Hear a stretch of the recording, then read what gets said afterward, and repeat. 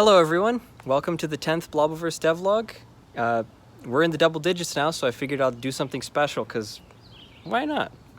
We've got a ton of new polish, new features, we've got new worlds, we've got the main menu, we've got the scroll wheel, you can spawn new blobs, we've got custom faces, we have chat bubbles.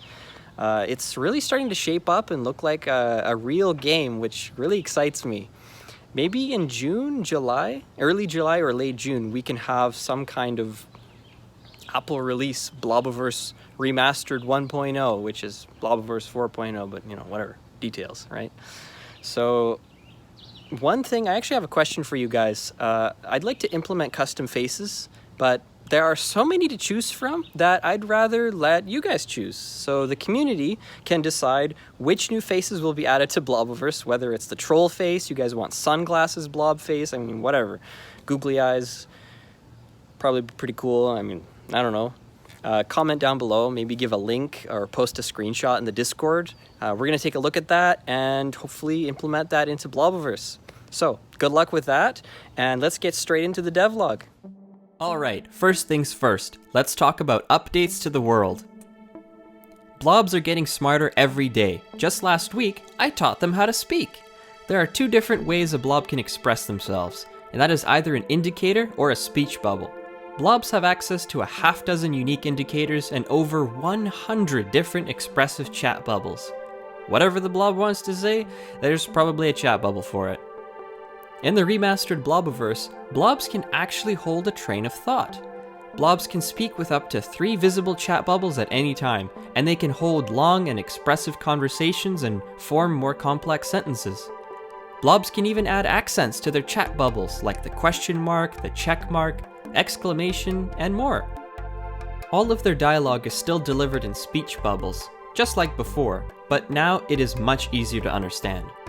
Now onto faces. Blobiverse Remastered supports unique blob faces. We can add pretty much any variety of custom faces, which is kind of a lot. I mean, where do we even start? Basically, we will wait to get your guys' suggestions in the comments or the Blobiverse Discord, and then we will get to work. So far, I've added just 2 test faces for the blobs, but there will be many more to come. And one more thing, if you zoom into a blob settlement, you will begin to see the building blueprints. Blueprints show the structure the blobs are trying to build, and in the future, you will be able to interact with them. And now, let's talk about the user interface. We now have a smooth scroll bar on the side of the screen. Your thumbs can easily reach it, and it feels very natural to scroll. But you can't make scroll bars and then only have one. You need all the scroll bars. Blobiverse needs to fit all those items, buildings, and blobs in, so I've made several, and they're like folders. You can open and close them, and, of course, you can select any button that you see. Everything else fades out, and you get the chance to start spawning in as much of that thing as you want. You can tap, and you can drag, and as you can see, I've also added a spawn animation. I think it looks pretty good. The scroll bar will automatically deselect, so you can keep enjoying Blobiverse. Oh, but there's more. In the remastered version, you can even add buildings. Blobs don't have any clue yet what they're supposed to do with these god-made buildings, but in the future, they will try to settle them. And next, of course, is deletion. Press the delete button and tap the things you want to remove. It's as easy as that. Now, I recognize how casually you can just swipe your finger over the wrong blob and delete your favorite worshipper, Billy Blob. No! Well, we can't have that, so I've added a confirmation. Press the cancel button and avoid disaster. Don't worry, buddy, you're all good. Okay, everyone, prepare yourselves. It is time for the main menu. We've got a gorgeous blurred background, which I can confirm runs an actual simulation of Blobiverse. I heard you liked Blobiverse, so I put Blobiverse in your Blobiverse, so you could blob while you blob. And on top of that, we have the world selection, where you can view all of your wonderful worlds. You can scroll through the worlds, and you can tap on the world you want to play Blobiverse. So let's take a look at those world icons. You'll notice every world has a picture, a customizable name, and a delete button. You can tap the name of your world and change it to anything you like. I've made it resized to fit automatically, so you can make the name pretty long. Oh, and you can't delete your world by accident anymore. if you hit the delete button, Blobiverse is going to ask you again if you're really sure that's what you want to do. Do you really want to do that to Billy Blob?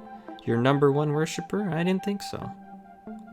So, there's actually something really cool about that picture. It is there for a special reason. That image is your window into the world, and it also happens to be used for one of the world's top 10 smoothest game transitions ever. Check this out. As you can see, Blobiverse can now save entire worlds.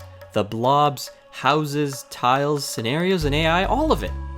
It's a funny story, actually. At first, I was just planning to work on making blobs build bigger and better villages, and add markets and stuff.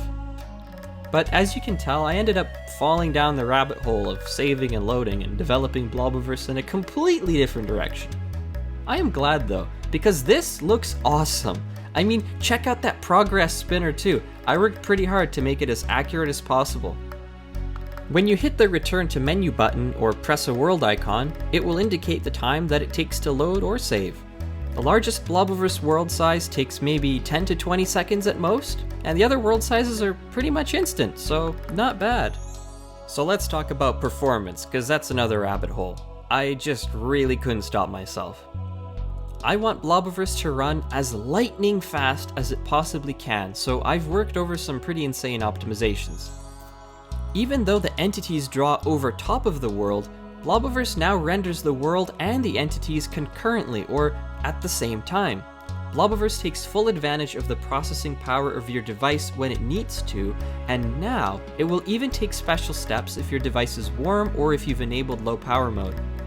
Blobiverse can switch the way it processes AI and world regions, and it can always reduce the frame rate to 30 FPS too. This helps prolong the lifespan of your battery and helps you enjoy Blobiverse for longer. Plus, turns out it's not a significant difference. Blobiverse will also reduce the FPS if you zoom out past a certain threshold and have thousands of objects on your screen. Everything is pretty small at that scale anyways, so you don't really notice it. I won't get too much into the technical details, but the new optimizations allow Blobiverse to run at basically 600 by 600 stress world at 60 frames per second.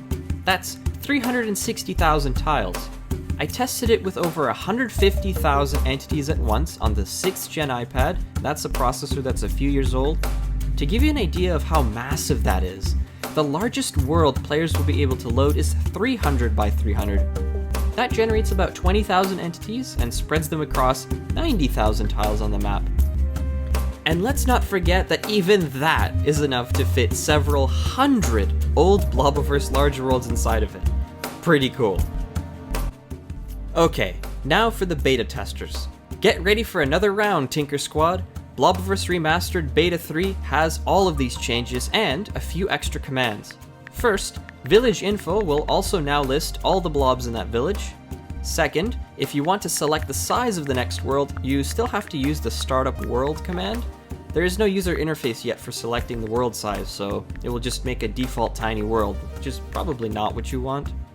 And third, if you want to know Blobiverse's current assessment of your device status, just type status and it will all be there. And lastly, I've included a rename command that you can use to change blob names. Just write the name and tap those blobs. And that wraps it up. Thank you so much, everyone, and thank you for being so supportive. I love seeing you guys excited about Blobiverse, and it means a lot to the team that you guys continue to hang out and build this community.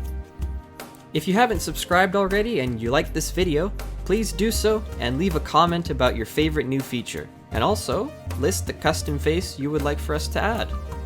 There aren't any new blob behaviors this time, so there's no after show. Alright, I'll see you guys next time.